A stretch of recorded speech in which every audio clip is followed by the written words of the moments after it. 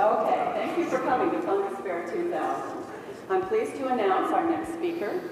He is a multifaceted mycologist, a scientist and visionary, businessman and author. He has pioneered many new techniques of mushroom cultivation and is president of Fungi Perfecti, a mail-order business supplying mushroom cultures, equipment, and technologies to cultivators worldwide. He has written 5 books on mushroom cultivation, use, and identification, as well as many articles and scholarly papers. Today's presentation is titled Amanitas and Psilocybes, an Innocent Looks at the Infinite, and will be a visual field guide to the Psilocybes and psychotropic Amanitas, their use both ancient and modern, and how they have helped him in creating a new vision for helping the planet. Please welcome Paul Stamets. Thank you very much.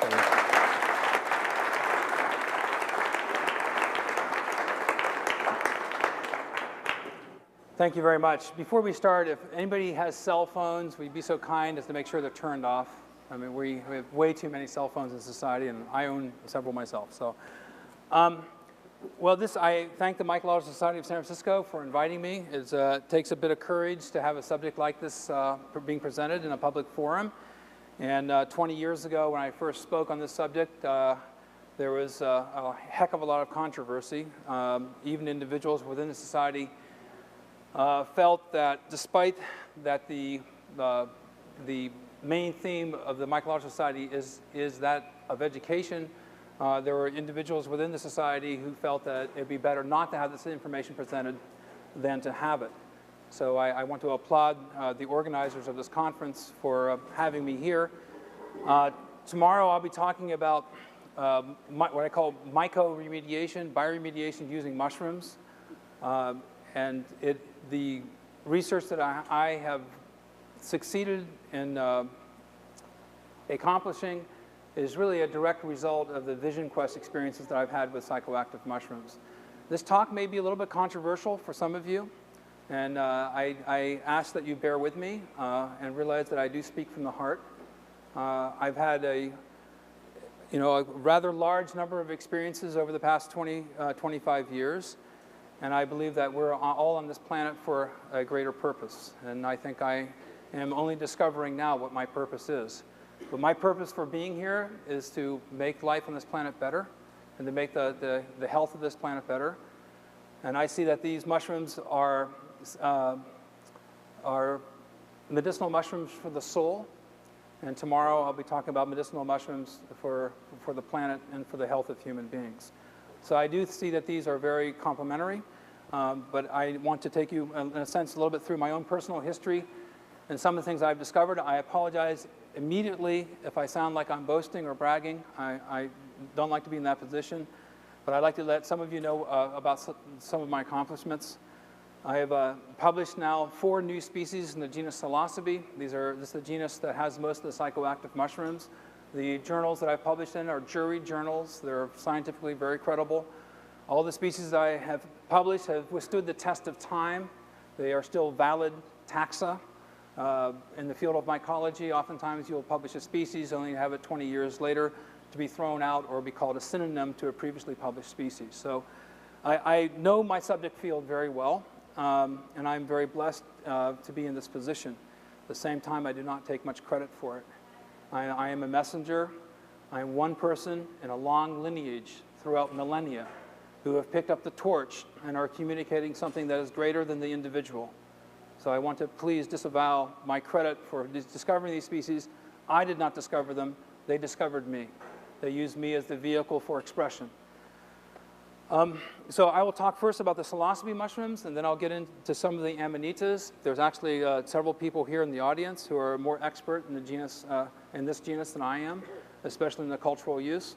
But I have some information and knowledge on that subject that I think you'll find interesting and hopefully entertaining. My recent book, this came out 3 years ago, is Psilocybe Mushrooms of the World. And I would like to thank David Aurora for actually helping this book come to be. The 4 books that I've published, my first book was Psilocybe Mushrooms and Their Allies. I was 18 years of age when I started writing that book. So those of you who are young in the audience, I want to encourage you to follow your heart and follow your passion. And whenever anyone says, you can't do that, that's too difficult. Well, those are fighting words for Stamets, I think, great, thank you so much. You've given me extra motivation for me to continue on my path. So that is, in a sense, the story of my life. I am a stutterer. I will tell you this in advance. I've had a speech impediment ever since I was, able to talk, 2 or 3 years of age. My speech impediment has been so severe. I went through speech therapy for many, many years. Nothing helped. Not until when I was 17 years of age, I did a large dose of these magic mushrooms, and all the thousands of dollars that I spent on speech therapy, which was limited my ability to communicate, the experience taught me one thing: examine my most major weakness and overcome it. So for any of you who have speech impediments, who are a stutterer, I've just raised the ante. By mentioning this puts me in a very difficult position. So because of my experience with these mushrooms, the mantra came to me: stop now, stop stuttering now, stop now. I was in a very tall tree during a lightning storm, high winds, and it was really visually fantastic, and I was extremely frightened. But that was my main focus, and so I've largely overcome my speech impediment, but I still do stutter, especially if there's background noise. And people who have this type of speech impediment that I've had, and I still do have, our minds race ahead of our mouth. We go downstream way too far. And it's interesting, David Aurora and I both have a speech impediment, and so we're both mycologists. I don't know what that means. So, but back to David, this is my third book, maybe my fourth. That's what happens with short-term memory loss. But I finished this book actually around 1984, 83. This book was done. I put it into a drawer. I closed the drawer, and there it sat. And it became known to David Aurora as the hidden manuscript. Well, that was kind of cool, because when people realize it's the hidden manuscript, there's something, it's been put away. And so David was asked by Phil Wood of 10 Speed Press to do a book on psilocybe mushrooms, and David goes, I don't want to do it. Paul's the right person to do it, and Paul's got this hidden manuscript. So Phil Wood got real interested. And I don't know what it is. Maybe it's, they say that it's the path that one travels that's the most spiritually meaningful part of the experience. It's not the end of the road. It's the path that you take. And perhaps it's the path that in writing this book. But something happened in me, and I just put it away, forgot about it. Or I didn't forget about it, but I just didn't tell anybody except for a few people. And there it sat. And then with David's encouragement, I resurrected the book, and there was a lot more new information. And over a period of time, I was able to accumulate a lot of knowledge. Now, I have not been all over the world, and there's this book. It's called Psilocybe Mushrooms of the World. So there are species from Serbia, there are species from Chile, there are species from Africa. I've never been there. But what I have been able to do is build bridges with other experts and mycologists around the world. And one of the reasons why I'm proud of this book is many of the species that are listed in this book with which I do not have a direct experience. The photographs and the descriptions and the information of those species came from the authors who discovered and named the species. So Professor Ola gave me photographs of the type specimens of Psilocybe quebecensis.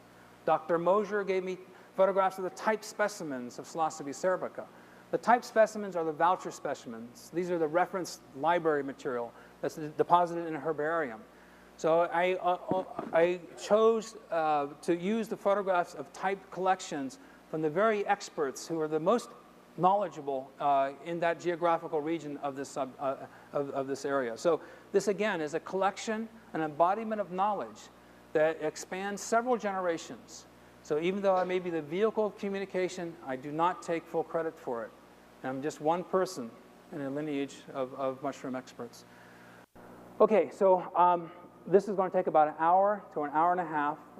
At the first slideshow, I will break. If people want to take a 5-minute break, use the restrooms, etc., and then we'll come back, and then we'll finish it off. My talk tomorrow will just be about an hour long. And please, any of you who have an interest in health and medicine, and especially this new frontier of medicinal mushrooms, I strongly encourage you to come to tomorrow's talk. It's something that's very, very close to my heart and something that's you'll find, I think, very powerful. There's a question? Is it 3:30? Okay, that's it. Okay, so if we could have the lights totally off, and Robert, if you could advance to the high beam there, if you would. Okay, well, that's the way I used to look. This is when I was about 18 years of age. After I went to Kenyon College in Ohio, and after maybe I was 19 in this picture, and then I dropped out and I became a logger hippie. I actually became a choker setter in Washington State up in the Cascades, working for a logging company. I was the only hippie logger in the logging crew at that time. And my brother John, who went to Yale University and actually got a graduate scholarship at the University of Washington in neurophysiology. He was going to become a neuroscientist. He had a bunch of friends who also came from Yale University, and they all settled in Seattle. And so I was the younger brother, and my older brother, he's 4 years older than I, and he went down to Mexico and came back with these incredible stories of Mexico and Colombia. And he thought the information was, frankly, too dangerous for his little brother, so he was quite concerned about my sudden interest in these psychoactive mushroom species. But this is my first attempt to cultivate Psilocybe cubensis in a little pressure cooker here, which is an absolute disaster. But I had a very, very strong attraction to growing a fungi. And when I collect mushrooms in the woods, yes, it's great to find chanterelles and matsutake and things like that, but I was really interested in where these mushrooms came from and how they grew. So that was one of my strong interests. So you can, everybody in this room now has become infected with spores of mushrooms. It is no coincidence that these mushroom shows become vectors of redistribution of germplasm of mushrooms. The fact that some of you here have interest in these Psilocybe mushrooms and have been collecting them in the local area, and I've met several people who have done that today, you have now become a portal for the redistribution of spore mass. And so when you go home and you pick up the newspaper, you go into the garden, spores are dusted all around you, and they're being spread. And the question has come up again and again, why is it that some of these mushrooms produce these very, very potent psychoactive constituents? What is it about them that is beneficial to the mushroom itself? Now, most of the psilocybin active mushroom species are primary saprophytes. They grow on woody material or organic material as soon as it's rendered available. And these are reparative organisms. They follow debris trails left by humans. There is no greater natural disaster that has ever occurred biologically on this planet than humans. We are the greatest natural disaster. And these debris trail fungi, specifically the psilocybin active mushroom species, which are litter species that grow in wood chips, even around here, they are running after us, trying to repair the damage that we've created. So we have co-evolved with these litter fungi. And as we chop wood and as we build houses and as we move around in our daily existence, we create so much debris that these primary saprophytes are the remedial organisms that come back to recycle the nutrients back into the biosphere. The loss of biological diversity, especially in fungal diversity, forebodes very, very badly for the future of this planet. And I'll talk a lot about this tomorrow. I believe that these mushrooms are trying to speak to us. They're calling out to us. They're trying to communicate in the language that we will understand. In this case, it's dimethyltryptamine, psilocybin-like compounds that are opening up the floodgates of the senses. Now, I will wax poetic here, and I'm sure I will offend some of you. And I don't intend to offend you because I don't like you or because I'm a bad person. This is my personal belief. And, you know, this is a free country, and I want to be able to express myself. So mushrooms can be, you can take mushrooms, spores on pieces of paper. My original training was in scanning electron microscopy. You'll see a lot of these tomorrow, those of you who come.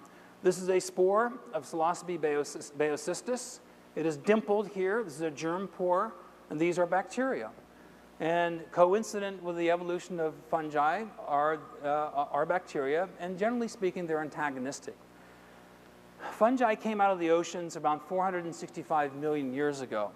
We share in common about 30% of our DNA with fungi. We separated from the fungal kingdom several tens of millions of years later. Fungi reproduce primarily through spores. You can take spore prints on hats. You can take spore prints on clothing, you know. This is a friend of mine who got this from Los Alamos laboratory, and it's kind of fun to have around. And in doing so, we have this like work, we've become like mushroom missionaries sometimes, and we go on airplanes when we're down in Mexico, and one of my fun things to do is to get a whole bunch of people together and spore print all of our clothing. And then we jump on an airplane, we fly back to the United States. Unbeknownst to all the other passengers, they've all been dusted with spores of Psilocybe cubensis. The people in this movement are messianic. You know, they believe that this is a higher purpose. This is indeed something that we can help propel this knowledge. I believe the environmental movement of the 60s and the 70s is largely propelled by the psychedelic interest and the psychedelic sacraments. Those of you from the 60s and 70s know this. Many of the experiences from the psilocybin active mushroom species, the major themes are the earth is crying out to us. We are in trouble. Please, you know, we're on this boat and this planet together. Let's not pollute our environment to the point that we cannot sustain other members in the ecosphere. Ultimately, if we don't come to grips with living in harmony with our environment, this planet will reject us as an organism. And that is not necessarily bad. The planet will continue to rotate. It'll continue to revolve around the sun. There will be numerous organisms still here that will be living and striving to live in equilibrium. But unless we start taking a proactive behavioral change, a radical paradigm shift to live in harmony with our environment, the biosphere will reject us as a species. That is the lesson of nature. We exceed the carrying capacity of our environment, we plummet to extinction. Disease vectors proliferate, the populations plunder, and other organisms become predominant. And hopefully those organisms will have a better understanding of living in equilibrium. Of course I want the human species to survive. Of course I want children to grow up and remain healthy. I mean, you can't look at a young child and say, you don't have a right to exist. That's impossible. What I'm saying is that the ecosystem is smart. There is a natural intelligence on this planet. And where do we get off thinking that we're the most intelligent organism that exists? These fungi evolved, we evolved from fungi. We are mushroom people. We share 30% of our DNA with these fungi, and they're now calling out to us, asking us to please be responsible, you know, in managing the environment for the betterment of everybody. So the mushroom mycelium, this is on a cross-section of alder. This is basically just two spores that have germinated, they've come together, and the mycelial network forms. The mycelial network of the planet is what I believe is Earth's natural internet. It is a Gaian governing mechanism, a healing mantle of overlapping mycelial mosaics that are interspersed on top and through each other. In a single cubic inch of soil, there can be more than a mile of cells. These cells are pervasive everywhere, but when mushrooms occur, it's just the tip of the iceberg. is 2 to 5% of the representation of the entire mushroom life cycle. And the mushroom life cycle can spin 20 to 50 times in a year with some species, slower with other species. But this overlaying mosaics of mycelial networks, this gives the environments resilience, gives them reparative opportunities. This data bank of responses, of breaking down different types of wood or different types of debris trails, having a very complex mycosphere of multiple mushroom species enables the environment to intelligently respond. And because these fungi have existed as long as we have, they have an innate intelligence. And as the mycelium moves, it actually moves quite quickly. We motor around in our cars and our automobiles and our planes, etc. But the mushroom mycelium is creeping constantly, moving anywhere from maybe 1/4 of an inch to 3 or 4 inches per day. But that's fast. And when you look at it in a broader time period, the mycelial networks are interspersing and moving constantly around us and beneath us. And this is what I call mycelial tsunamis. These are mycelial waves that are coursing underfoot and through the trees and everywhere all around us, and we're oblivious to it. Most of us have no concept at all that these fungi that are around us are our allies. And these are the organisms that will help sustain life and return nutrients back into the biosphere. They're the interface organisms. They're the bridge between life and death. And they have so much to offer us, and if only we would wake up. So in culture, and we have about 250 species of mushrooms in our culture bank. I will say this right off, is that all my work was covered by a Drug Enforcement Administration license through the Evergreen State College under Dr. Michael Bugh. My name was listed as one of the people on the license. The license extended for about 15 years. We let it expire just because I'm not really doing much work with psilocybe mushrooms. Currently, I don't need to cultivate them. I can just go find them. And so we have no cultures in our library now of psilocybin active fungi. I just have chose that. And I also apologize in advance for anybody who's called up our business saying, I'm interested in growing magic mushrooms. My employees are instructed and signed contracts to say, I'm sorry, I cannot help you, goodbye, click. I am self-censored on this subject. I can talk about taxonomy of mushrooms. I'm more than happy to talk about that. I can talk about dangers of misidentification, poisoning, etc. But when it comes to cultivation of an illegal substance, I draw the line right there. I will not participate or supply any individuals that I know are involved in that field.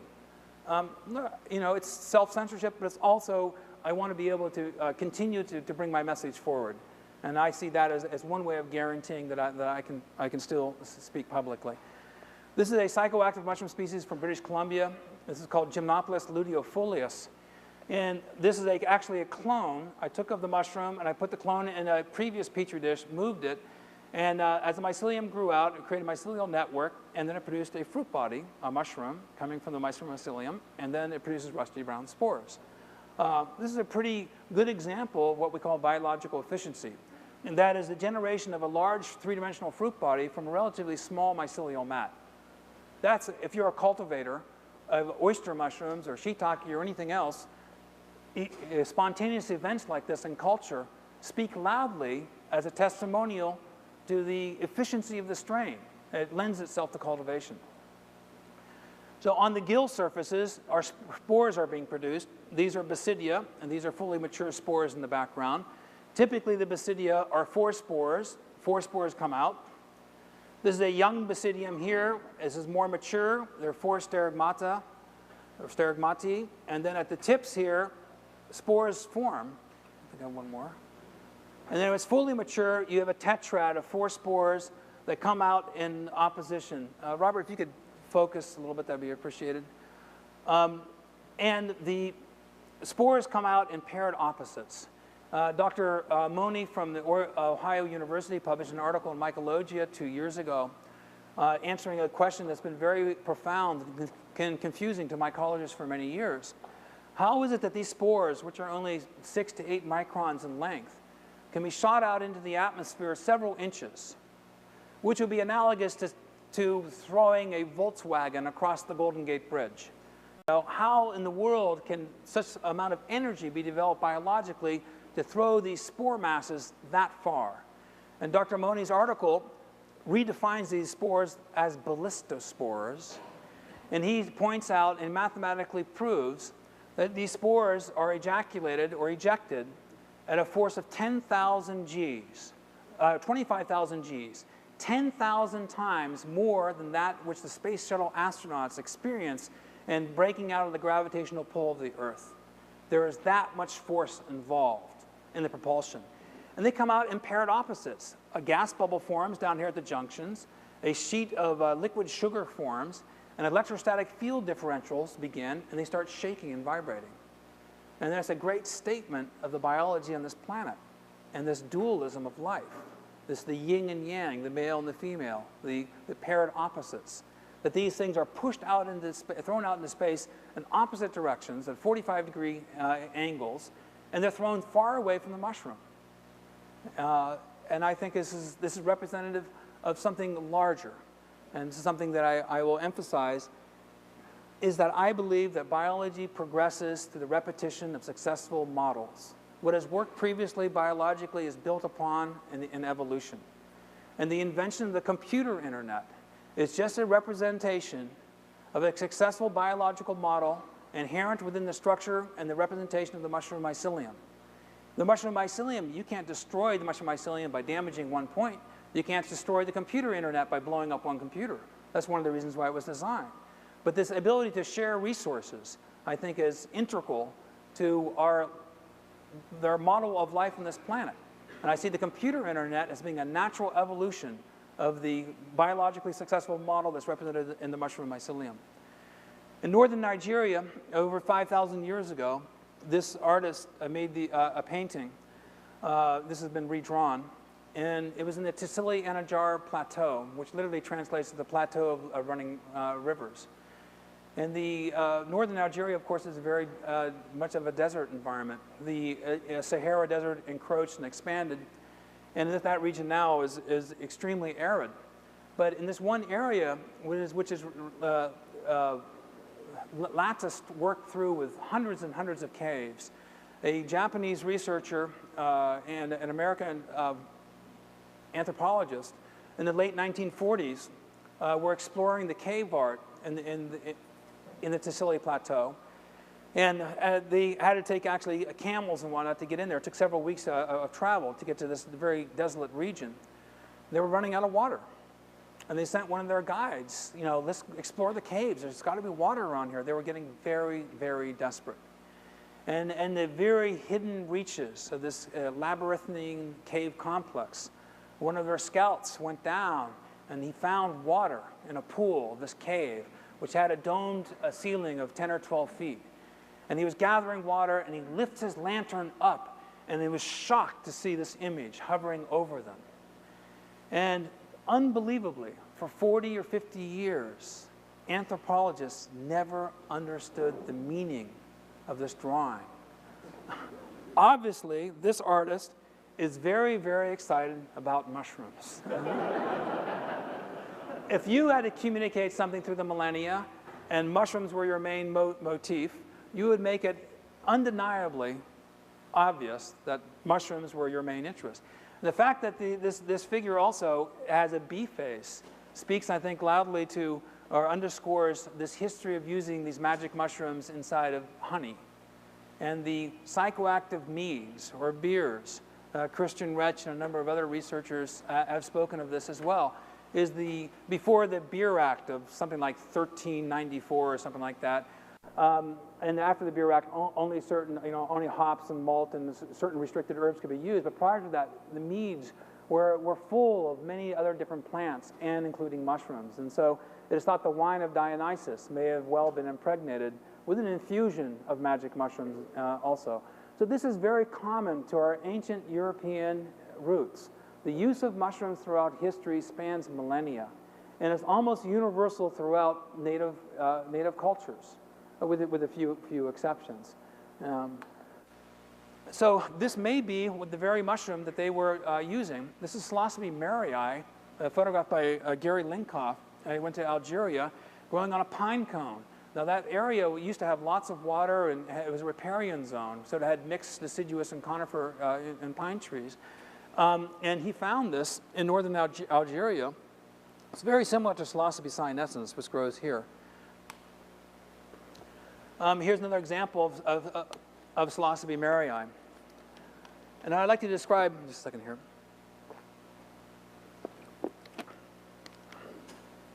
Obviously, Algeria is not a very easy place to visit these days. And so much of this history cannot be revisited for a very long time until the political situation gets much, much better.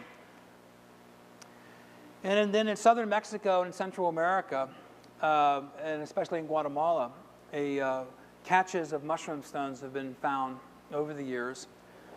And the mushroom stones were variously proposed as being a model for making a rubber latex ball to be involved in the court game between opposing sports teams. The captain of the winning team would be sacrificed. It was a great honor. Certainly a big disincentive in my mind. It's speculated that maybe they were using mushrooms during the games as well. And in these courts, they would find catches of these mushroom stones. They also still turn up in village and farmers' fields and whatnot when they're plowing. And there's been a lot of speculation as to what the mushroom stones mean. I personally believe that they're like a coat of arms for a family. You know, you have the eldest son receiving, or the eldest daughter, whatever the case may be, receiving the family heirloom. This is our mushroom deity. This is our mushroom stone. The mushrooms synchronized with rains. A lot of the water in southern Mexico and Central America, there are catchments for collecting water. And the absence of water drove civilizations literally to extinction, it is thought. And the mushroom stones, in the presence of a fire, a flickering light, come alive. Now, this collection here was brought together because a graduate student published a thesis on mushroom stones. And so mushroom stones from all over the world came to his graduation ceremony. And a friend of mine who was photographing for National Geographic supplied me with this image. And these are the three of the mushroom stones that have come my way. This one here is 500 years BC. This one here is 400 years AD. This one here is hard to type exactly exactly where, but it was a pre-classic period, about 800 years BC in the Mayan culture, to about 400 or 500 years AD. And then the mushroom stones became extremely scarce because the Christian conquistadors, when they would come over, specifically chose any type of idol to be destroyed as a pagan ritual that they wanted to suppress. And so the mushroom cults went underground and remained underground for centuries. This is one that has a woman figure. There are men figures, and there are frogs and lizards, lizard-like creatures that are present in the mushroom stones. This is a tripod one. Some of them are tripods, some of them are flat. There's about 200 of these mushroom stones that are known in the world right now. They tend to be made of volcanic rock. And the biggest catches of them have been on the western slopes of Guatemala, on the Pacific side. Then years ago, I was up in British Columbia at the Native American Museum in Victoria, which is one of the best museums in the world for Native American art. And I found this papoose. And this is from about 1910. And on the back of this papoose that carried a baby are three actually taxonomically accurate two-dimensional drawings of liberty caps, Psilocybe semilanciata. And they're blue in color, and they fade. Liberty caps and these Psilocybe mushrooms are what we call hygrophonous. They'll have a true color, but as they dry out, they become lighter in color. And the hygrophanity of the cap is one of the taxonomic features that us mycologists use in describing this group as being, a taxonomically discrete group. I'm very interested in the use of these mushrooms by North Coast Native American cultures. And then the trouble really began in 1957, May 13th, when the cover of Life magazine with Bert Lahr, who was a well-known comedian of that time, R. Gordon Wasson published Great Adventures 3, The Discovery of Mushrooms That Cause Strange Visions, just above teenage allowances. But imagine the impact during the height of the Cold War, when 3 million copies of Life magazine landed on the doorsteps of many of our parents, when at that time I was 2 years of age. And imagine that something so profound and so different about a new form of spiritualism, a new way of looking at the world that's rooted in history, came and right to the very doorsteps of Middle America. And in this magazine, which is still available, you can find them on, when you go on Amazon.com or internet searches or used bookstores. And it is a very good description by R. Gordon Wasson, who is featured here with the mushroom stone, and Maria Sabina in the Mazatec mushroom velada, which is a mushroom ceremony. And in this magazine was the first excellent field guide of what these mushrooms look like in nature with watercolors by Roger M. And this is Roger M.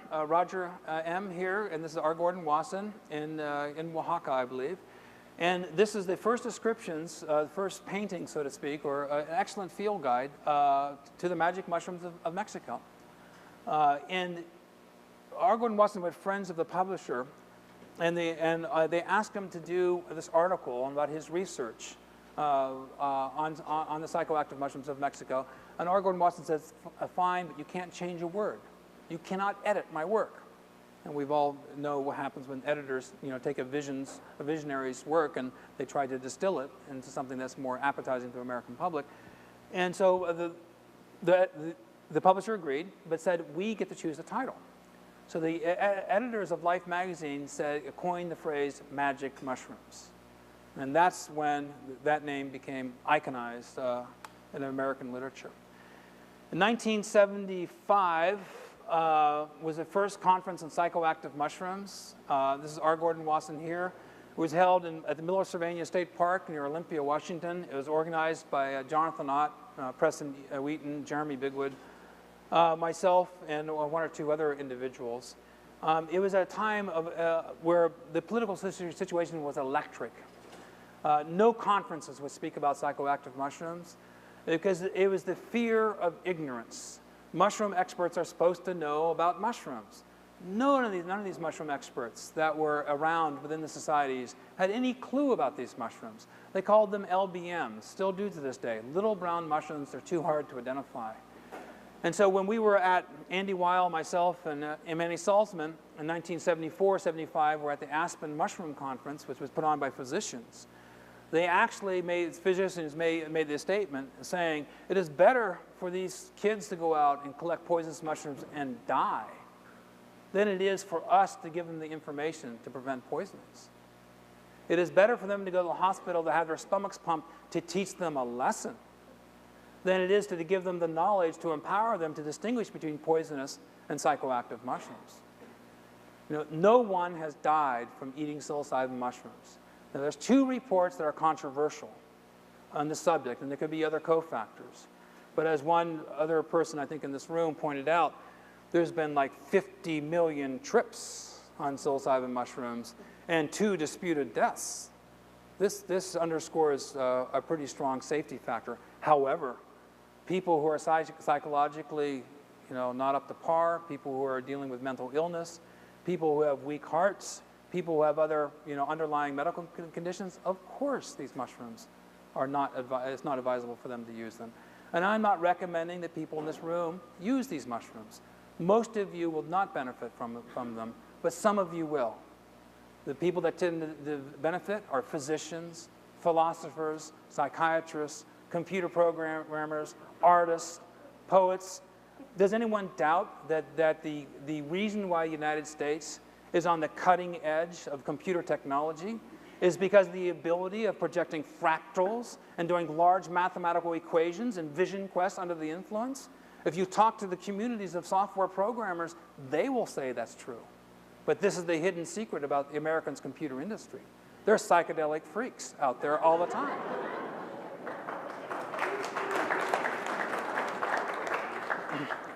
So R. Gordon Wasson is very well known, and he wrote a book called Mushrooms, Russia, and History, which talked about the differences between attitude of Eastern European cultures, specifically Russian cultures, being mycophilic, having an affection for mushrooms, and mycophobic cultures like the Irish and the English, who have a repulsion for mushrooms. And because of the conquest of the world by the English culture, mycophobia reigned for literally hundreds and hundreds of years. But pagan cultures, early Germanic cultures, you know, the Russian cultures, Czechoslovakian cultures, those cultures have a long history of use of these mushrooms and an affection for them, to the point that the Russian common language will have 100 to 200 common names for mushrooms. We have 20 or 30, and then David Aurora and Gary Linkoff invent all these other common names because the publishers of their books say, Latin is too complicated, you know, give us a common name. And so many of you know this. David Aurora and Gary Linkoff had to invent hundreds and hundreds of common names.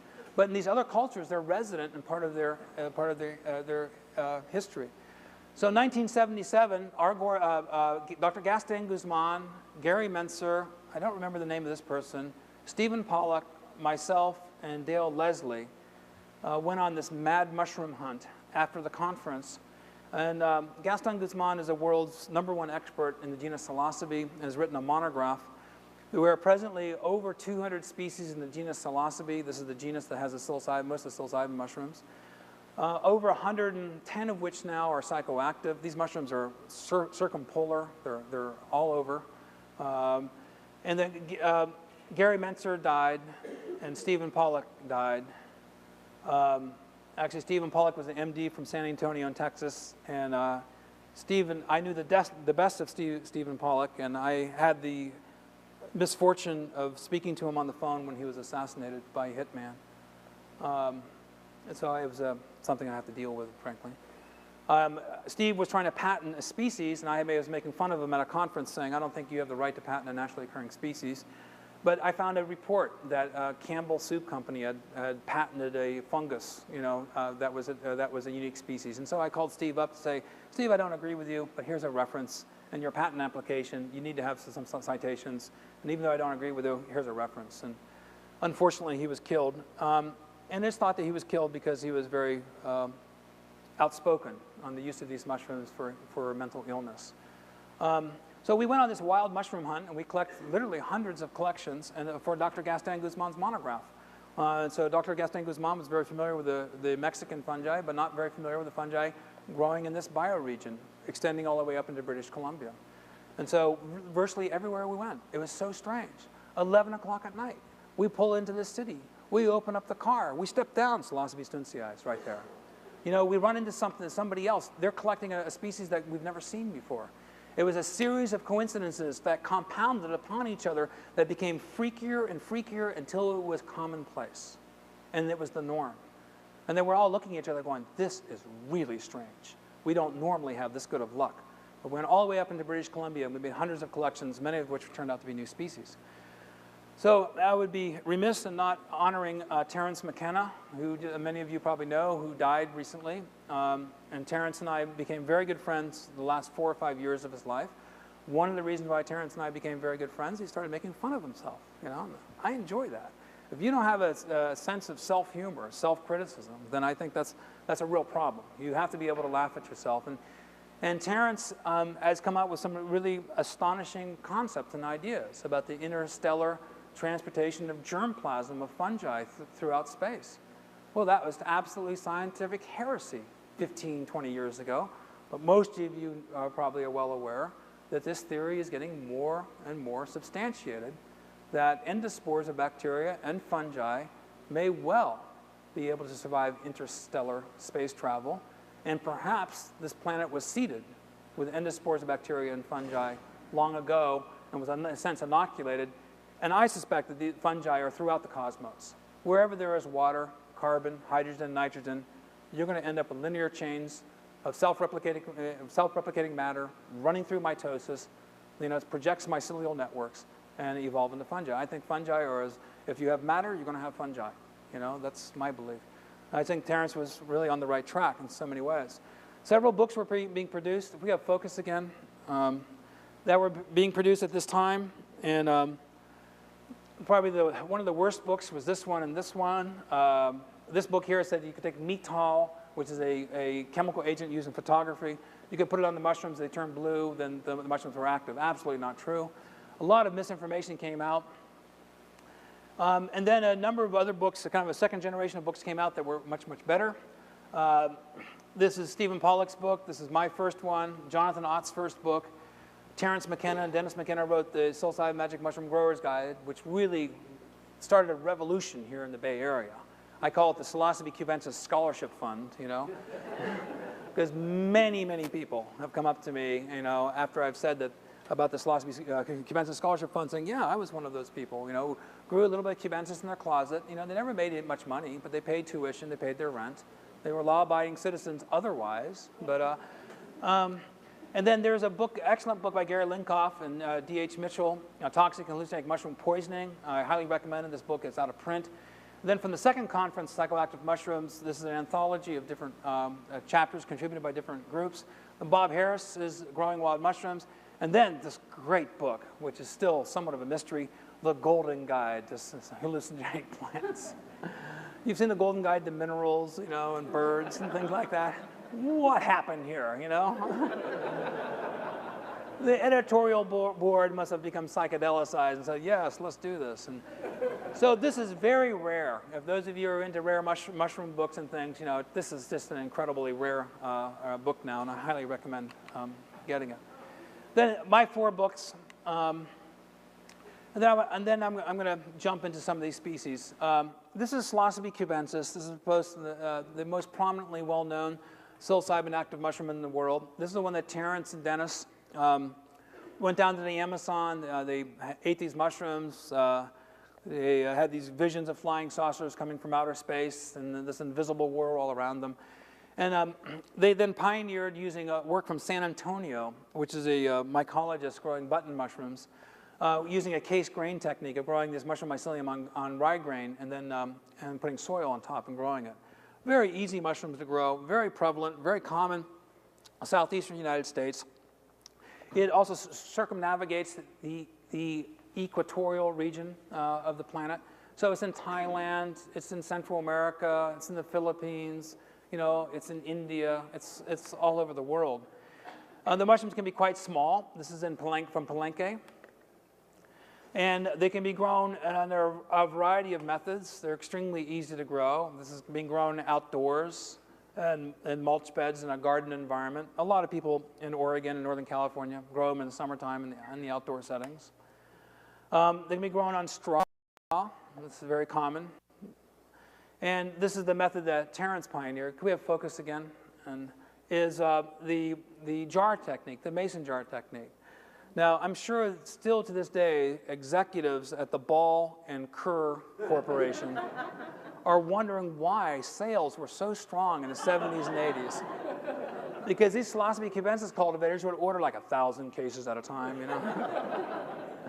And that's really passé. The cultivation of psilocybe mushrooms has really been kind of a bubble, you know. It's really moved past the present generation.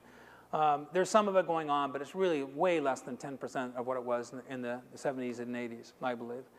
And this is a beautiful mushroom. And it's got a partial veil right here that tears and forms a ring.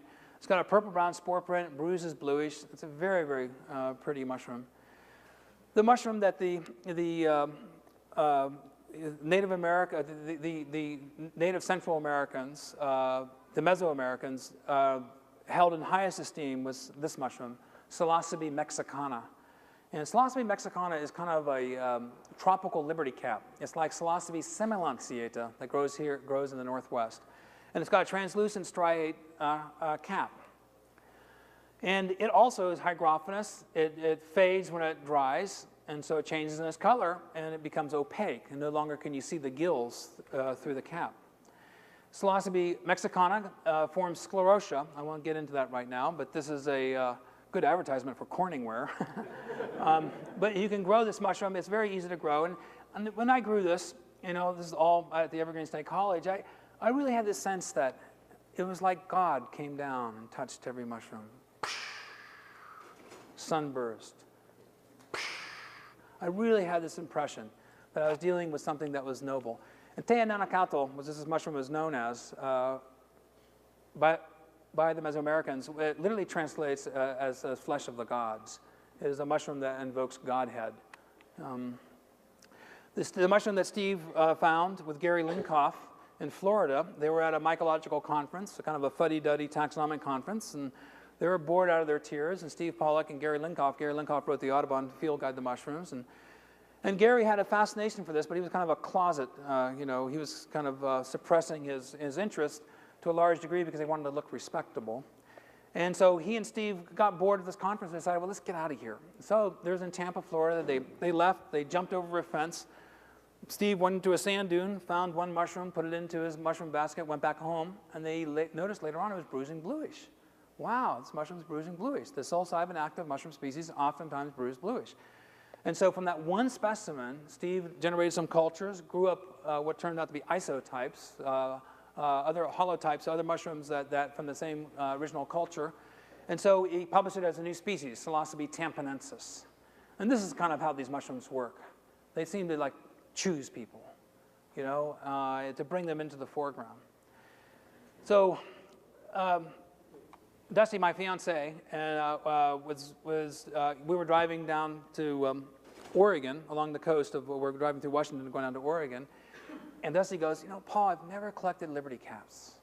I always wanted to collect Liberty caps. I've heard about them. And I said, really? And I said, well, this is easy. So upon those words, I put on the brakes, pulled off to the side of the road. We climbed through the fence, and we immediately found Liberty caps. You know, it was like, oh, you want Liberty caps? No problem. Here they are, you know. Here's Psilocybe semilanciata. So these species grow in France, they grow in Switzerland, they grow in Germany.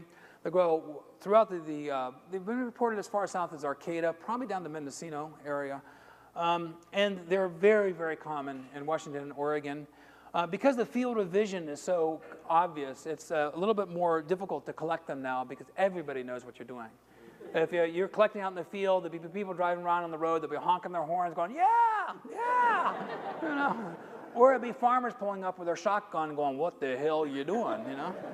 So anyhow, the Liberty caps are can be very prolific. There's about 50 or 60 of them here.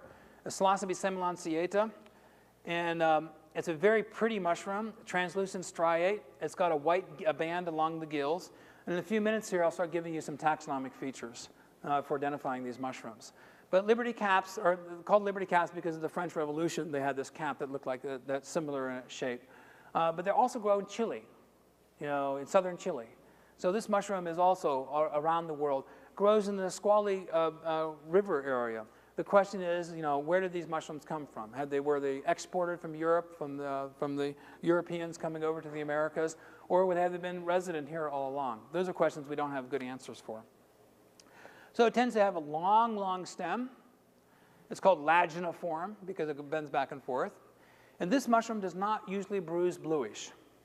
So I'm going to give you a few features here. But the species that do not bruise bluish typically are more difficult to identify, with the exception of Psilocybe semilanciata. Psilocybe semilanciata has purple-brown spores, as do all the species in the genus Psilocybe. Spore print is a primary taxonomic feature in mushroom identification. And this is why the first thing that people will ask you if you call up a mycologist and you say, I found a mushroom, has gills, they're going to ask you what spore color is it. Spore color is always not reflective in the gills as in the deposit. The gills are oftentimes lighter in color, but the spore deposit in mass will give you the true color. The orangey spored species, some of them can be deadly poisonous.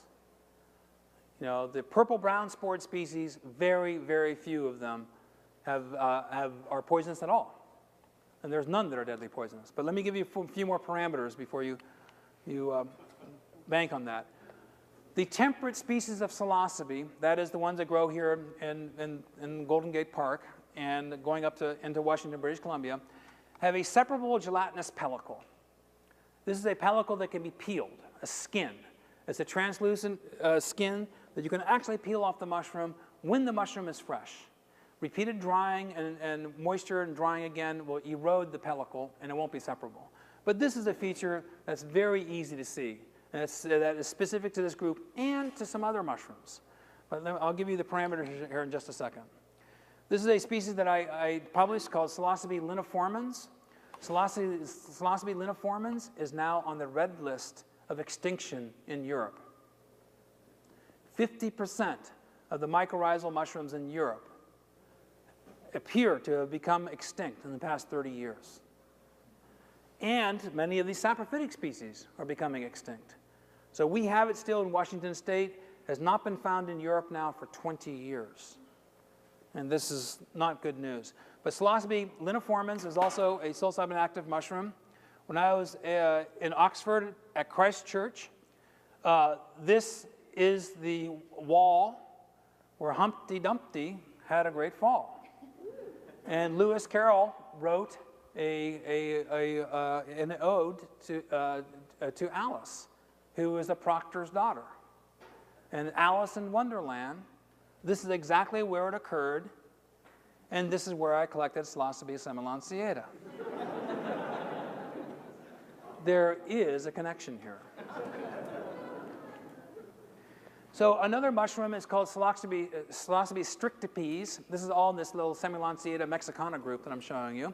These are grassland species that are long-stemmed. Hygrophanous, separable gelatinous pellicle. Doesn't bruise bluish mush. There you can see the hygrophanity of the cap, white-stemmed. And this is the separable gelatinous pellicle that I showed you earlier that you can peel off. And there's another example of it. Psilocybe strictipes has been couched, has been couched in a lot of confusion because of a mixed collection that was collected in 1957. And a huge controversy occurred in this country, which really politicized and polarized the mushroom taxonomist. Because Roger M. and R. Gordon Wasson spent 20 or 30 years in Mexico identifying new species of mushrooms. And Roger M., who worked in Paris, they published a 2-volume set, a monograph on the psilocybin mushrooms of Mexico, as used by the Indians there, called Les Champignons hallucinogènes du Mexique. And in that monograph, they proposed many new names. In the field of mycology, there is no greater honor than to give a friend or an expert and by naming a mushroom after them. So Roger M. published Psilocybe wassonii to honor R. Gordon Wasson for his lifetime work. Well, before the monograph was published, Rolf Singer, who was at the Chicago Field Museum, contacted Alexander Smith, and then they contacted R. Gordon Wasson and Roger M., and they gave them some of their contacts in southern Mexico. They went to, Rolf Singer goes down to southern Mexico, makes collections, comes back. Unbeknownst to Roger M. and R. Gordon Wasson, they produce a monograph that's published in Mycologia, 1957, 1958, that appeared 4 weeks before Les Champignons hallucinogènes du Mexique was published, and as a result usurped the names, beat them to the punch. In the field of academia, this is traitorous activity. This is stealing somebody else's knowledge. Now, I knew Alexander Smith very, very well, and I talked to him, several times about this very subject. He claims that he did not know that these species were coming out in this other monograph, and had he known, he would not have gone ahead and been a co-author of these species. Because of that, it caused literally a rift between the French and European mycologists and the American mycologists, which survived. This rift, this antipathy survived even to this day. There are still wounds that have not been healed. And so because of that, many of the names, the lifelong work of Roger M. and R. Gordon Wasson now has become a footnote in the taxonomic literature because their monograph did not take precedence in the names. So another mushroom, this is David Aurora, and this is Psilocybe pelliculosa. And David came up to Olympia, and he goes, Paul, I want to photograph Psilocybe pelliculosa. Well, where can I find some? I go, oh, good question. I haven't even looked for it for 4 or 5 years. Well, let's go to a place that has some new construction, about 2 years old. So we end up going to the Native American Spiritual Center at the Evergreen State College, the longhouse that was just built. And sure enough, 2 years later, boom, Psilocybe pelliculosa is growing at the longhouse. And so very easy to find these mushrooms once you set your mind to it. Psilocybe pelliculosa is a beautiful, beautiful mushroom. It's probably, well, I know for sure it's the only native species to the Northwest that's undeniably native. It doesn't occur elsewhere in the world, with 1 or 2 exceptions now, but it's predominantly here in the Northwest. It's a woodland species. It loves trails. So in November, especially in habitats that are being recovered by alder trees and whatnot, this mushroom is very, very, very prolific. And it's those environments that are being recaptured by nature, and it tends to grow. And it also grows next to a deadly poisonous mushroom called Galerina autumnalis. This is a psychoactive species, psilocybin active, Psilocybe pelliculosa. This is Galerina autumnalis. They grow in the same habitat. A deadly poisonous species right next to a psychoactive mushroom. And then Psilocybe sylvatica. Now, this is the stories that empower me spiritually. I was a starving student living in an A-frame at the end of this Oyster Bay Road. I had no car. I had no money. Jeff Chilton, who worked at Ostrom's Mushroom Farm, would bring me flats of shiitake. I was so grateful because I was so hungry and I was so poor. And I was sitting, in this little place, and it was November, and it was raining, and it was cold, and, and I just felt suddenly inspired. It was like 11 o'clock at night. And I just stood up. And I thought, I'm going to go outside and go for a walk. And I walk outside, and I walk down this logging road, no moon, no flashlight, and I stop. And I bend down, and I put my hand on top of this mushroom. As soon as I touched it in the darkness, chills and electricity went through my arm. And I realized, oh my God, this feels like a psilocybe. And I was totally blind. And so I took out a piece of paper out of my wallet, and I threw it on the ground to mark the spot. And the next morning, I eagerly went there, and I found the only collection of Psilocybe sylvatica reported from the Northwest in the past 20 years. And experiences like that with those of us who've been, quote unquote, chosen, or they're messengers, or empowered, these are common experiences. These are not unusual stories. These are things that push the limits of probability and believability, but they're true. So where do you find the psilocybin active mushroom species in the Northwest? You find them at institutes of higher learning. You find them at colleges. You find them around police stations, around courthouses, around, anywhere there is landscaping of government buildings. These mushrooms are centralized around government offices. And so if you want to find mushrooms in the Northwest, psilocybin active mushrooms, visit the local county courthouse. They're growing, the biggest patch of Psilocybe cyanescens I've ever seen still grows to this day around the Thurston County Jail. And I wonder about that because I was called in as an expert witness. All these kids were getting busted for psilocybin mushrooms.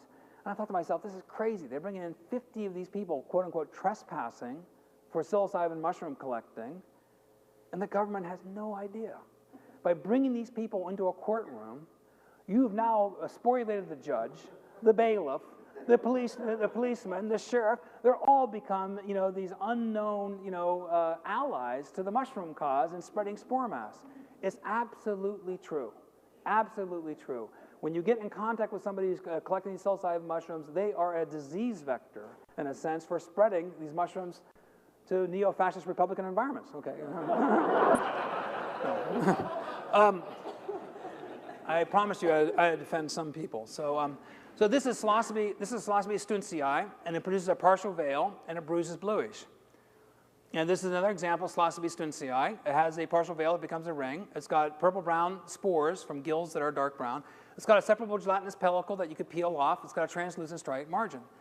There's the veil. It pulls into a ring.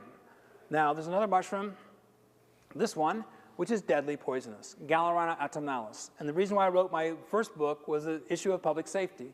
People were collecting this mushroom thinking it was psychoactive, and I predicted people would die from it.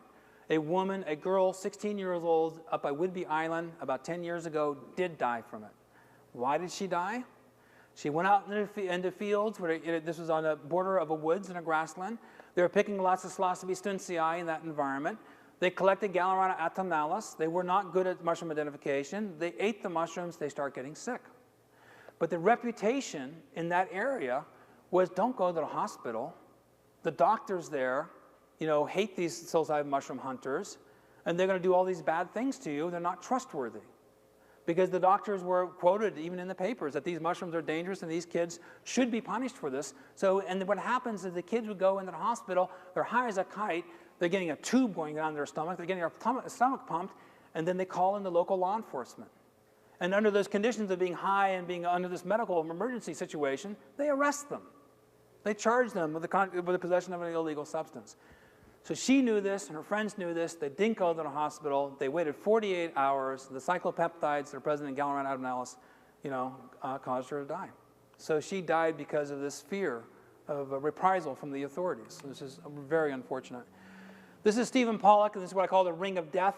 This is a Gallurata atomnalis. There's probably enough mushrooms here to kill 10 people. It takes about 20 to 40 of these mushrooms. They grow right here in Golden Gate Park. You have specimens of Gallurata atomnalis out on the display table.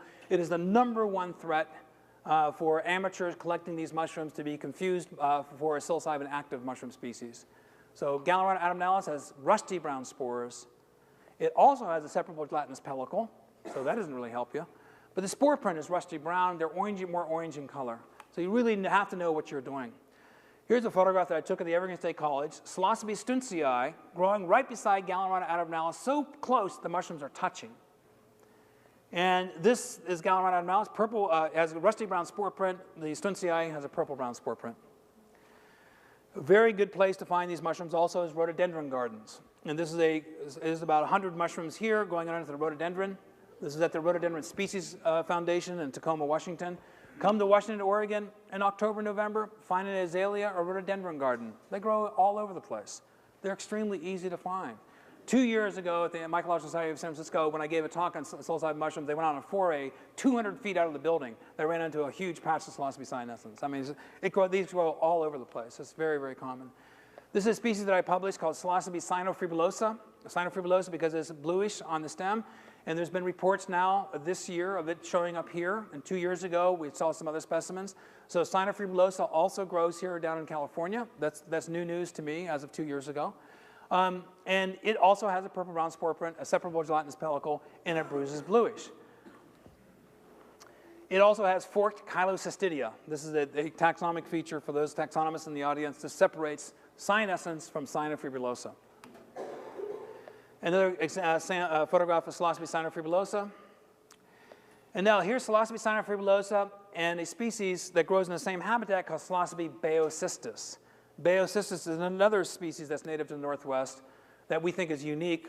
And so Paliculosa and Baeocystis and Sylvatica are the 3 species that appear to be indigenous to the Northwest and nowhere else. So there's some reports now of them escaping, but I think they are escapes.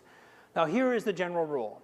If a mushroom has purple-brown spores and bruises bluish,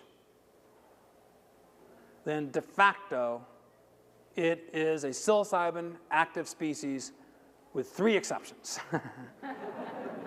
But the 3 exceptions are stropharias, which are non-poisonous, and they're listed in my book.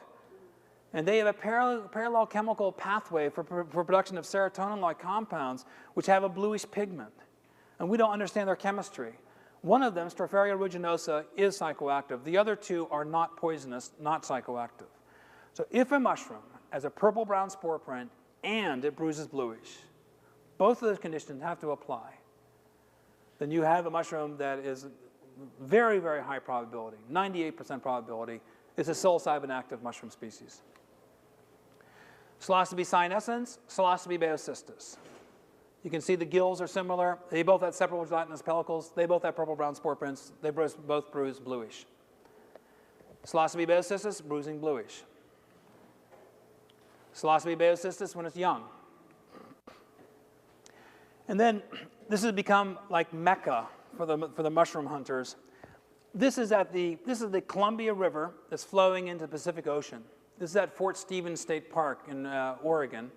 It's exactly where the Columbia River flows into the Pacific Ocean. It's an incredibly windswept, hostile environment.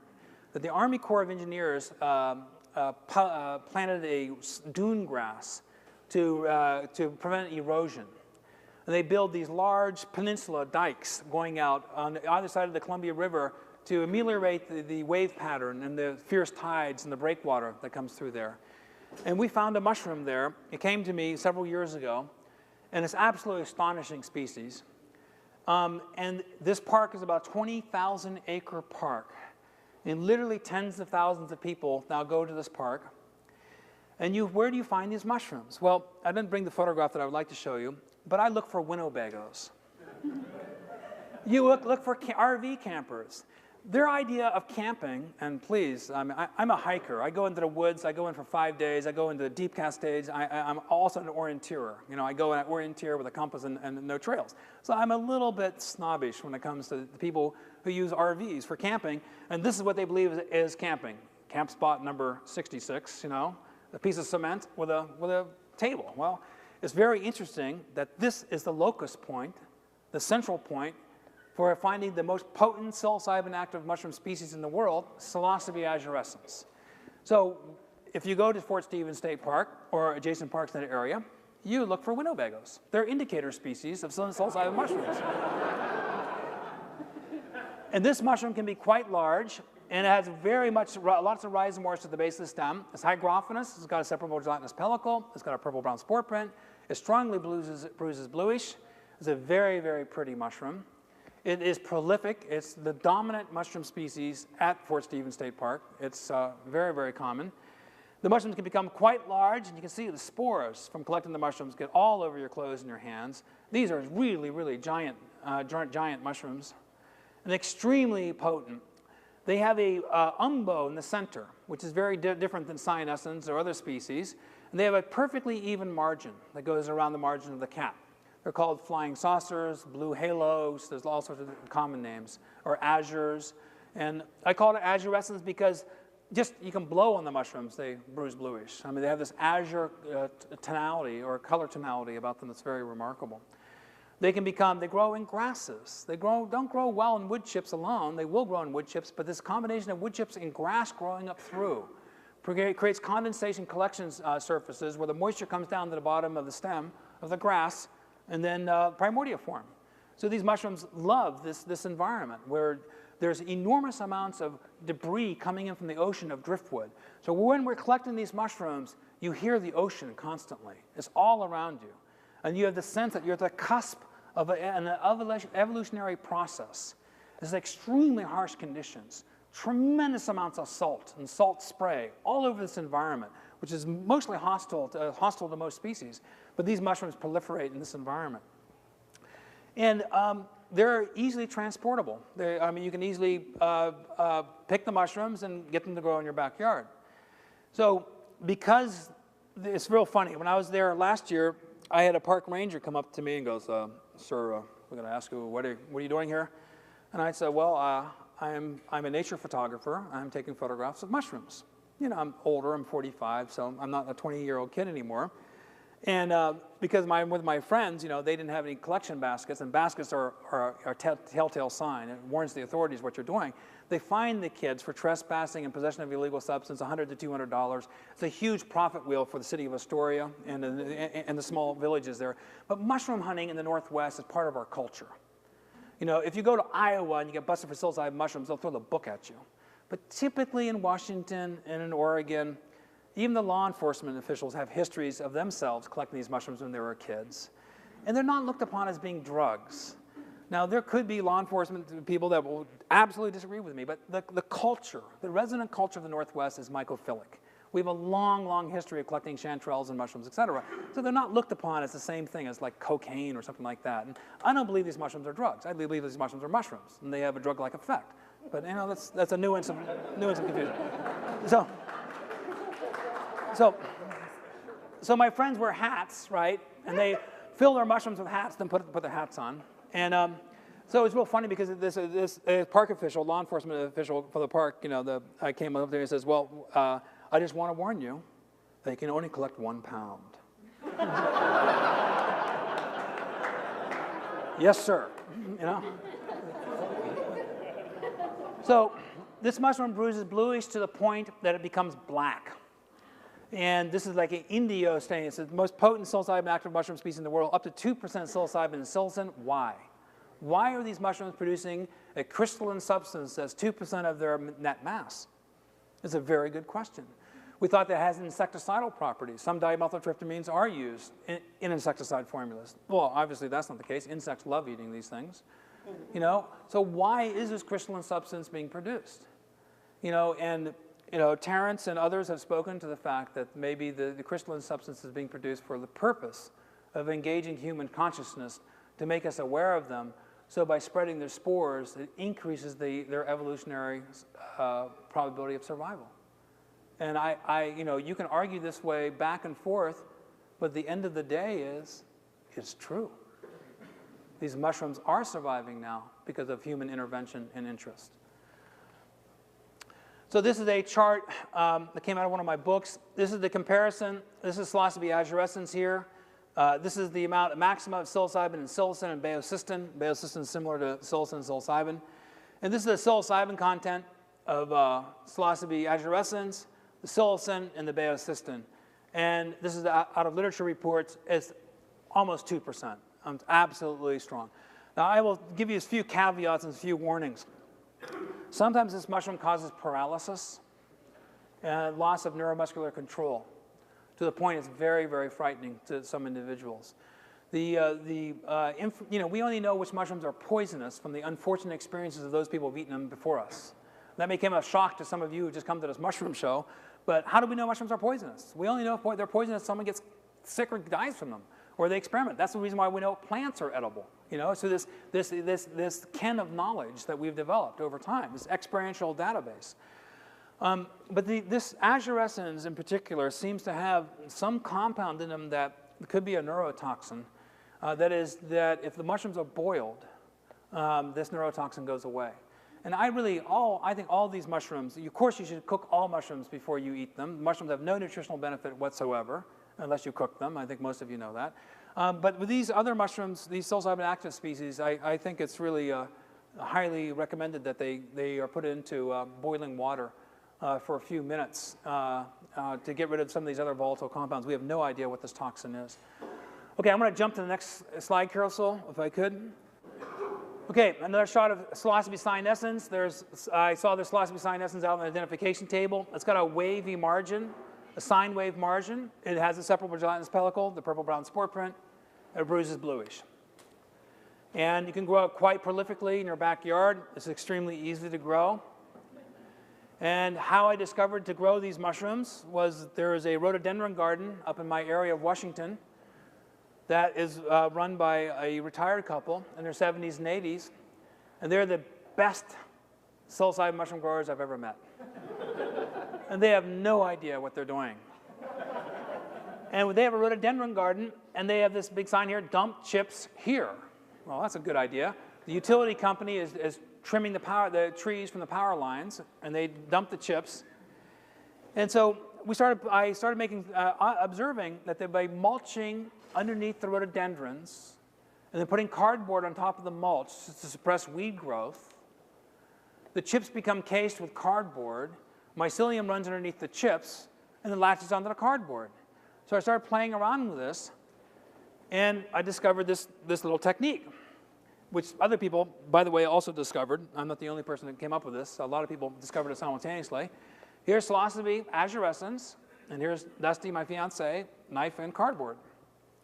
You take the base of the stem, which you trim off anyhow. You put it into corrugated cardboard. You sandwich the corrugated cardboard. You have rhizomorphs, little strands of mycelium at the base of the stem. Very pretty mushrooms, aren't they? They're just so pretty. And then a week later, they start to regrow. So with no spores, nothing else, the base of the stem still has enough life force energy in it to continue to grow. So you wait 2 weeks, and you get what I call happy mycelium. These are rhizomorphs that are going out, and they're all branching repetitively. And so the mycelium, you end up creating cardboard spawn. So you can put down the cardboard then, and they can create your own little magic mushroom garden in your backyard with no purchasing of any scientific equipment, no petri dishes, pressure cookers, or anything else, just from the collection of one mushroom. And so you can grow this very discreetly. And small scale. It's by definition small scale. You can't grow this out too far. This is my son. He was very, very excited that Dad has an expertise in this field, believe me. Nose ring, everything else. So there's going to have a whole other second generation of psilocybin mushroom enthusiasts. These were collected down at Fort Canby, and I want to show you something here. Look at the cloth. It's basically giving you a TLC, thin layer chromatography signature kind of bleeding out directly into the cloth just from direct contact. Extremely potent species. Now, there's another species, the last species that I published is in Georgia. This is in north of Cherokee County, Georgia. And these are where these mushrooms love to grow, is interface environments. Multiple canopies, mixed in, plants, deciduous woods, brushes, shrubs, border lines along yards where people are mowing their yards and they're chipping and they're landscaping. That's the environment they like to grow best. So this person came to me over internet. I don't identify mushrooms over internet, but I asked her enough questions. She was smart enough to be able to know the morphology. And I said, well, this is sounding increasingly more interesting. So I flew down there to visit this person, and we found a new species. And I named this after Dr. Andrew Weil, and it's called Psilocybe wileyi, which is a fun name. Andy's a good friend of mine. I just flew from his house last night. And so it's a great honor to give him a species, name a species after him, because in the Harvard Botanical Leaflets in 1975, he's one of the first people that published information on the collection of Psilocybe cyanescens around Eugene, Oregon, and also one of the first people to promote medicinal mushrooms. And so I thought I would honor my friend Andy by naming a species after him. So this is Psilocybe wileyi, and it's got a dark zone in the very center of it. And it grows underneath pines and mixed woods. Another species has just been found. It is a new species from Georgia, also not yet been named. A friend of mine named Craig discovered it. He went on the path of Psilocybe wileyi, similar habitats, found another species. Dr. Gaston Guzman got specimens, and now we have a new species in North America now. It'll be named in the next year, and I'm not sure what the name will be. It's his call. Very, very interesting mushroom. And it's got scabers on the stem, and it's got the similar gill pattern that you saw before. This is another new species that, unfortunately, we can't name this one because this is the only specimen ever found. This is, I called it kind of as a provincial name, Psilocybe telluridensis, because it grows outside of Telluride, Colorado, in the mountains. Similar to Psilocybe pelliculosa, but we only had one specimen. I cloned it. Produced beautiful circadian rings in culture that bruise bluish. The culture's never fruited. We don't have any other samples. The specimen is largely destroyed in the dissection process of looking at it under a microscope and cloning. And so we have a new species from Telluride, but we don't have any other specimens of it, so we can't name it. So it's never been refound. It just is there. But it produces this gelatinous material, which is very unusual, never been reported in the scientific literature. We have no idea why. It could be a moisture retention mechanism. Don't know. And another mushroom that grows back east is Psilocybe cerulipes. It's like cyanescens, but it's the one that grows in the Appalachians. West Virginia, Ohio, Pennsylvania, Michigan, New York State. It's very easy to find back there. It also is hygrophonous. It loses its moisture. And then if you go up to the Jacques-Cartier River Valley in Quebec, this is Psilocybe quebecensis. This is a photograph by Dr. Ola, who published the species, and it grows on alder, and it has a hygrophonous cap. Oh, we skipped out of that one. And then I mentioned this before, this is Psilocybe cubensis. I showed this because this is growing on elephant dung, because it was always supposed that Psilocybe cubensis is associated with cow manure. And this is a photograph taken in India by, I think, David Aurora, and it's growing on elephant dung. Let me skip through this. And Psilocybe cubensis is one of the most majestic of all species, and it's so incredibly beautiful. And this is the veil, and now you can see on the upper part of the annulus, and this is why I show this, is you can oftentimes get the spore color, because the spore deposit is falling on top of the upper part of the partial veil, which evolves into the annulus. So it's a very good representation of that. So the unfortunate thing about the psilocybe mushroom movement is the eagerness with which people seek these mushrooms.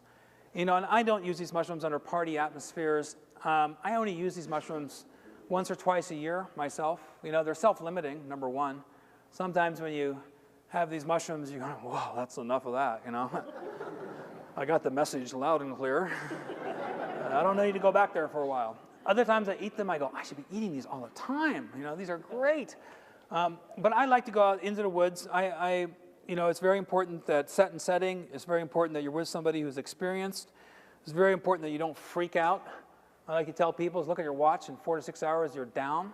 Where do you want to be? You want to be in an old growth forest with some friends around a fire? Or you want to be in a hospital with a bunch of people in suits whose obligation, by the way, is when you come into the hospital, they have to pump your stomach.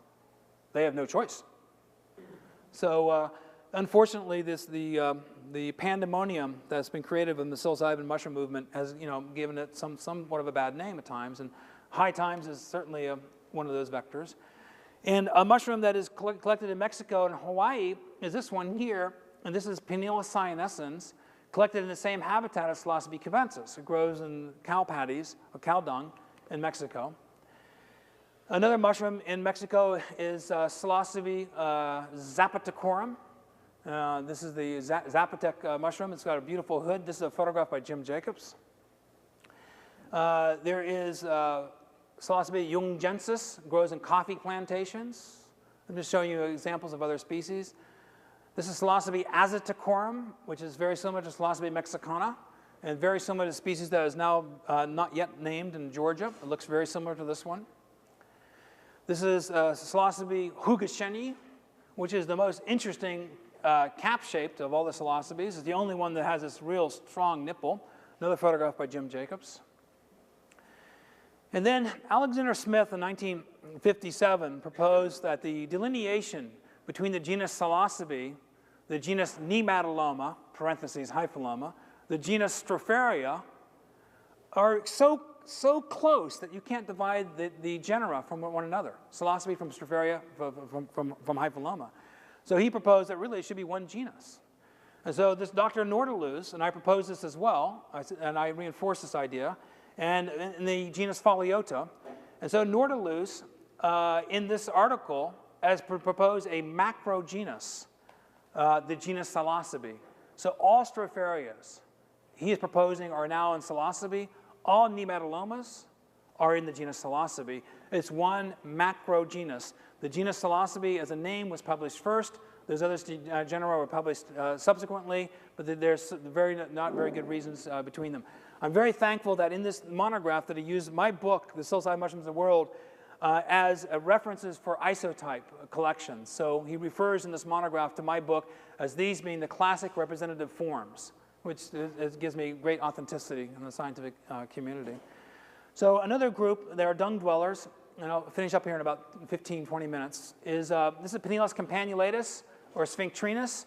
The name now that has become predominant is Penilus papilionaceus, the butterfly Penilus.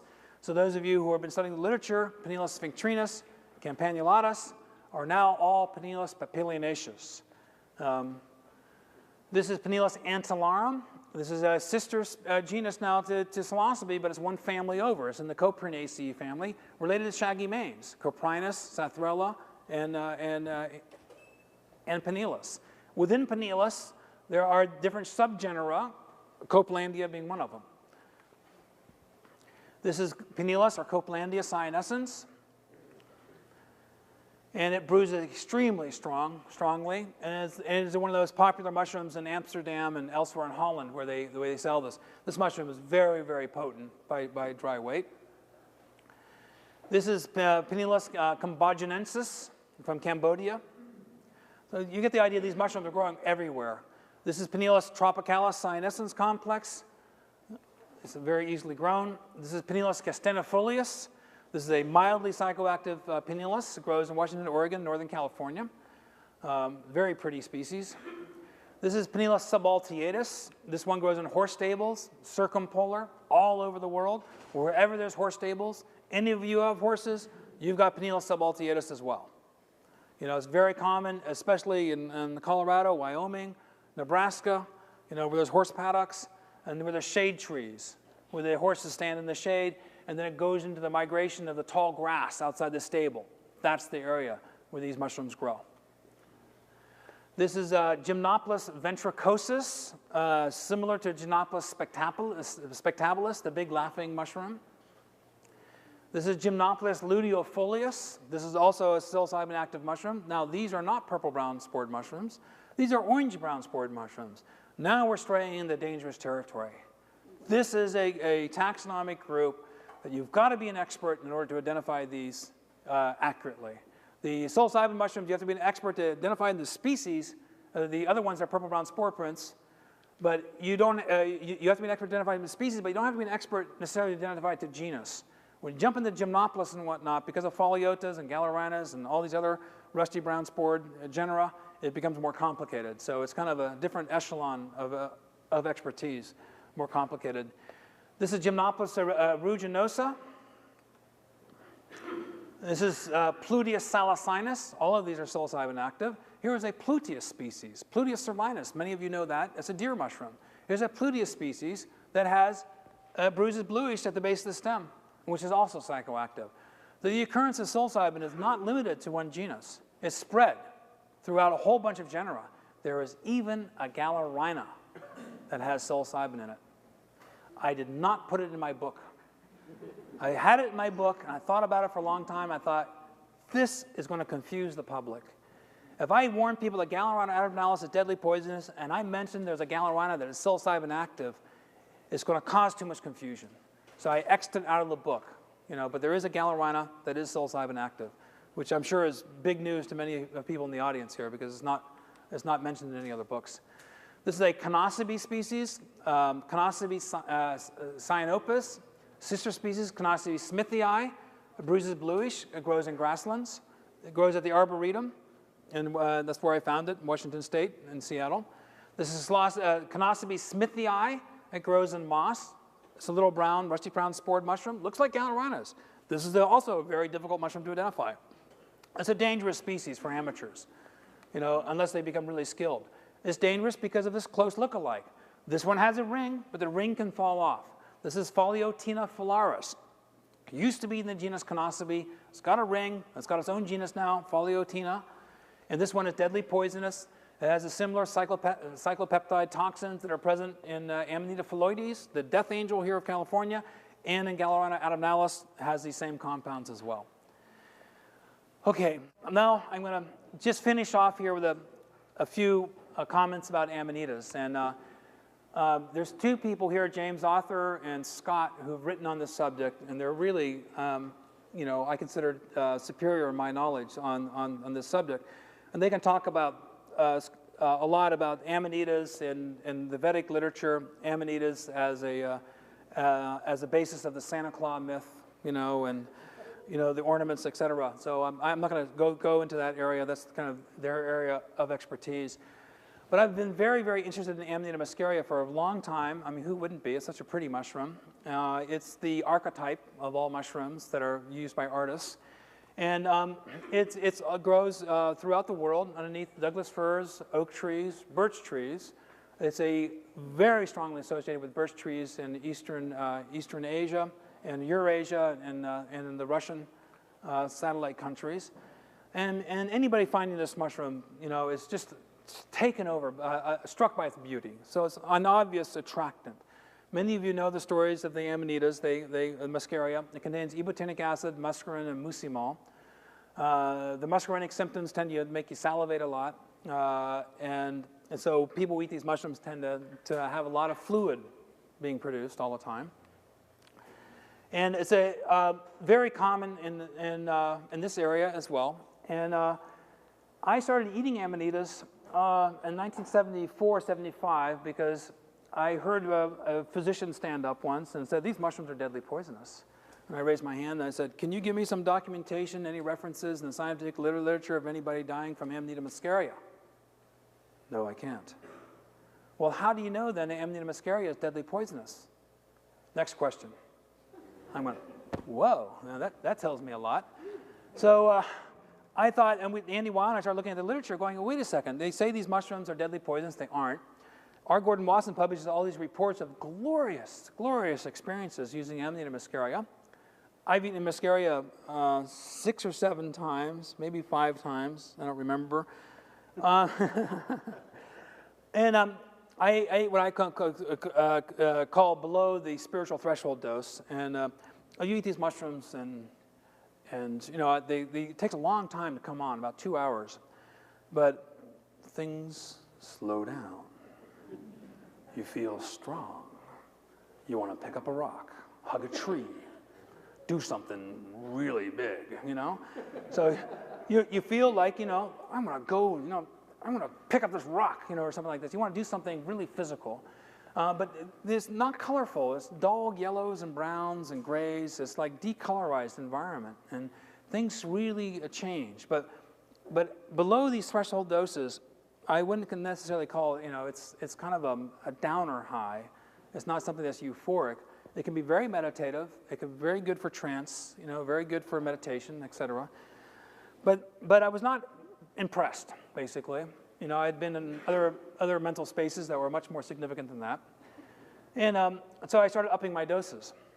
And then Stephen Pollack and Andy Weil both told me of their experiences, and they both have beards, or Steve had a beard, and they would eat these mushrooms, and this salivation thing, they said it's really gross. I mean, all this snot-like phlegm, you know, on your beard and stuff, and it's just really pretty disgusting, you know. And I thought, well, geez, I don't really like that, you know.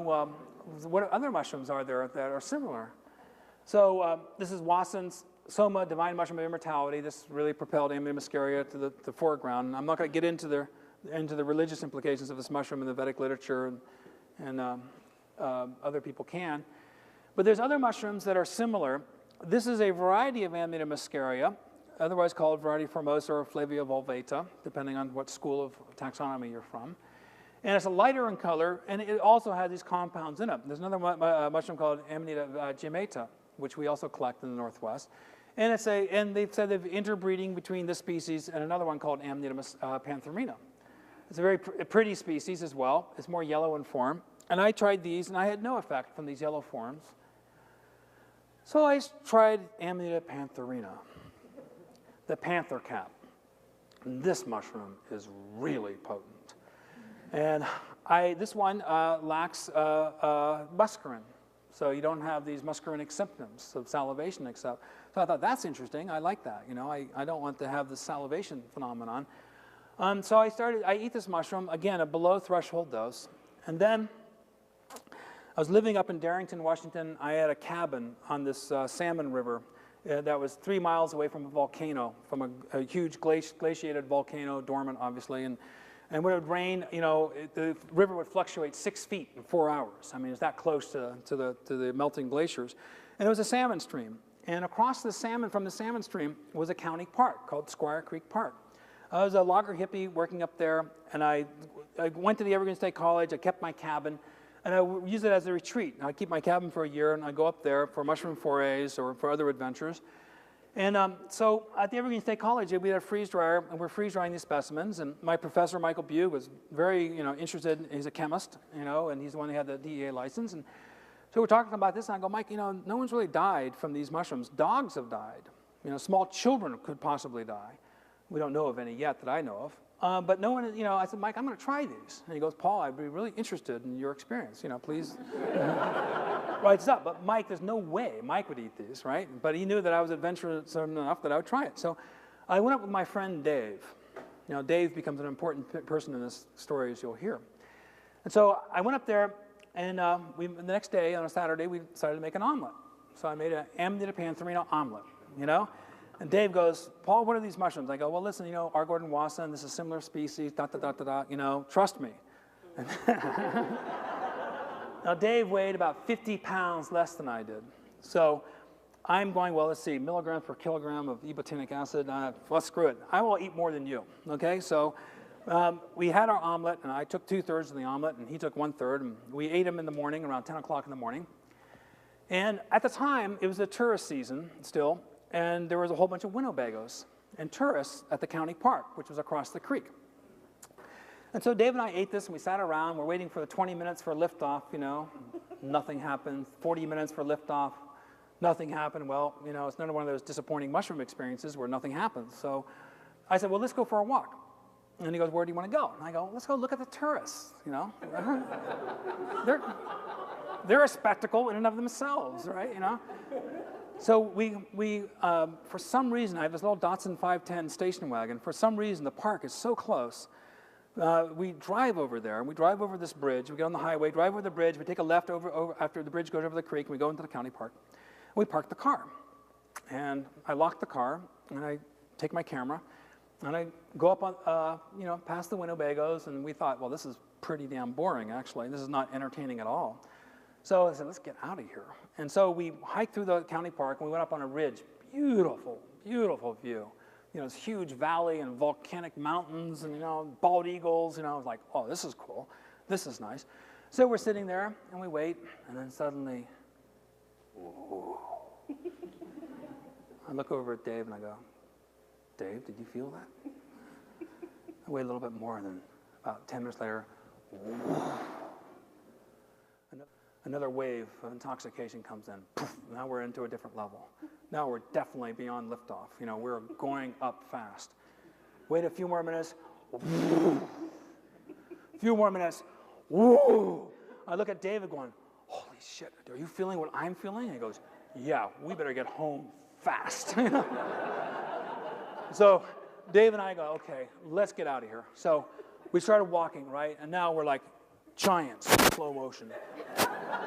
Kaboom, one footstep. Kaboom, we're going downhill. We're 50 feet tall, right? We're going in slow motion, but we're superhumans, We go down into the park, and then you have to realize, 13 times I hitchhiked across country. Some of you may have passed me on the highway. I don't appreciate that. Never once did a Winnebago pick me up. Never once. Several thousand rides, never a Winnebago. So I have a little attitude about Winnebagos. So we end up going past the Winnebago of no return. I start at the bumper. I'm walking. Kaboom, kaboom, kaboom, kaboom. 20 steps later, I'm at the back tire. This Winnebago was ridiculously large. I keep on walking. I keep on walking. Finally, I get past this infinitely large Winnebago, and I come to my little Datsun station wagon, which is now locked. I go, oh, it's locked. So Dave goes around the other side. He's waiting for me to unlock it, and I reach into my pocket, and I find my keys. And now the intoxication is just huge waves of intoxication coming through. It's like, you can barely stand up. And I get my key, and I look at the keyhole, and I try to make a territorial judgment of near proximity of where the key could go into the keyhole. And I launch one strike into the keyhole and miss it by 4 inches. I go, oh, man. Well, I'll try it again, Boom, I try it again. I miss it again. Apparently, this goes on for 20 or 30 minutes. Pretty soon, a crowd of people at a respectable distance are huddled, holding children close at their sides, wondering what these people were doing to this car. I try again. I figured to myself, the law of probability states that if you have enough attempts, you'll ultimately get that improbable event to occur. It did. Sometime, about a half an hour later, this population of people, tourists, started getting bigger and bigger and bigger. And so I finally, miraculously, get the key into the lock. I open the door, and the door pops open, and David and I get in the car. And then I'm going, the ignition. Oh. Not the ignition. Why is this so complicated? Of course, this is terrible. This is absolutely a terrible story. You shouldn't ever drive under these circumstances, and we didn't. I could never find the ignition. Dave goes, Paul, do you want me to drive? I go, no way. If you're feeling like I am and you're less body weight, there's no way you're driving. I'm going to drive, We eventually gave up, and I had my camera with me. It was on my lap. And so I get out of the car, and in front of all these people, my camera falls, bam, on the pavement. I go, oh no, my camera fell. I look down at my camera, it's a Rolleiflex, it's a really nice camera. Oh, it's a bummer. I reach down, I pick up my camera, and I think to myself, did that really happen? And I get into this memory loop. And what happens with Amanita pantherina, if you think about a memory, you act a memory. So I drop my camera again. The camera hits the pavement, go boom.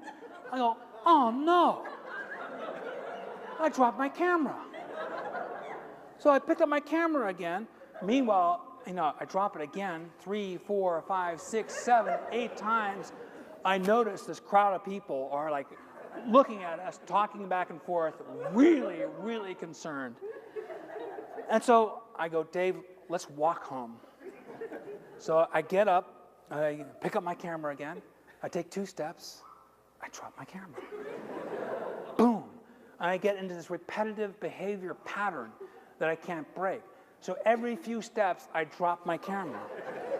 And then our walking became kind of jittery, kind of like, nerve-twitching jittery, So we're walking away from the campground, kind of having this stuttering gait of, of instinct repulses that we can't control.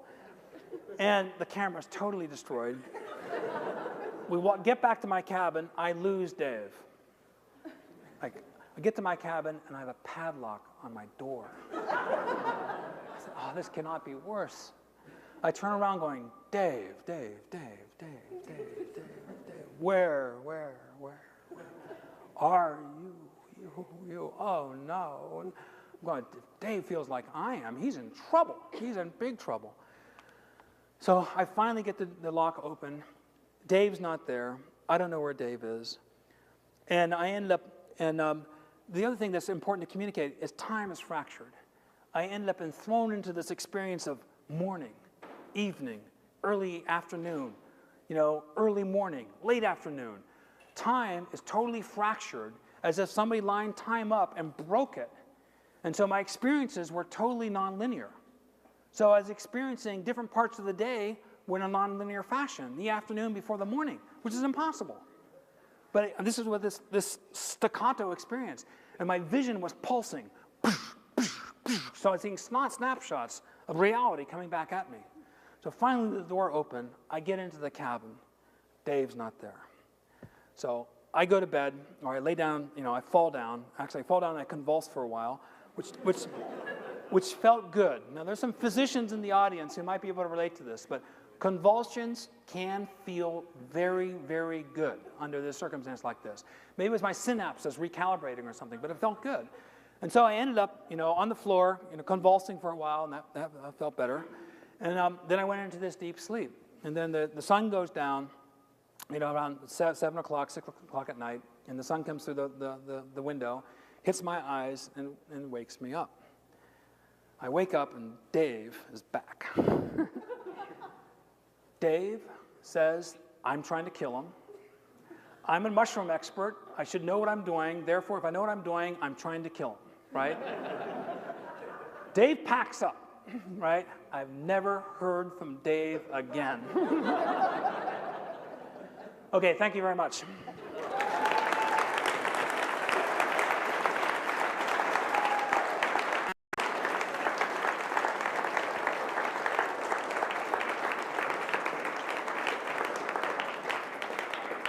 Okay, I'll be glad to take a few questions if there are. Thank you for letting me go over. And tomorrow's talk will be much shorter, I promise.